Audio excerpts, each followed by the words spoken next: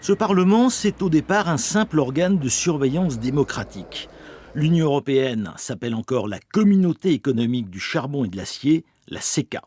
Mars 1958, un an après la signature du traité de Rome, la session inaugurale à Strasbourg de l'Assemblée parlementaire européenne présidée par Robert Schuman. C'est en 1962 qu'elle prendra le nom de Parlement européen. À cette époque, les députés sont issus des parlements nationaux.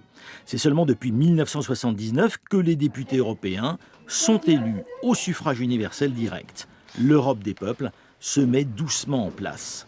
Première présidente de ce nouveau Parlement européen, la française Simone Veil. Au fil des années, le Parlement a vu ses pouvoirs renforcés, passant de la consultation à de vrais pouvoirs politiques et législatifs. Aujourd'hui, il décide de la majorité des lois européennes sur un pied d'égalité avec les gouvernements. La dernière étape de cette conquête du pouvoir étant le traité de Lisbonne en 2009.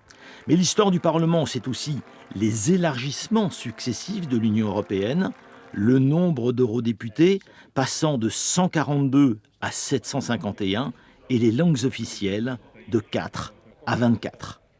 Paradoxalement, alors que les pouvoirs du Parlement n'ont cessé de progresser, les électeurs sont chaque fois plus nombreux à bouder les urnes.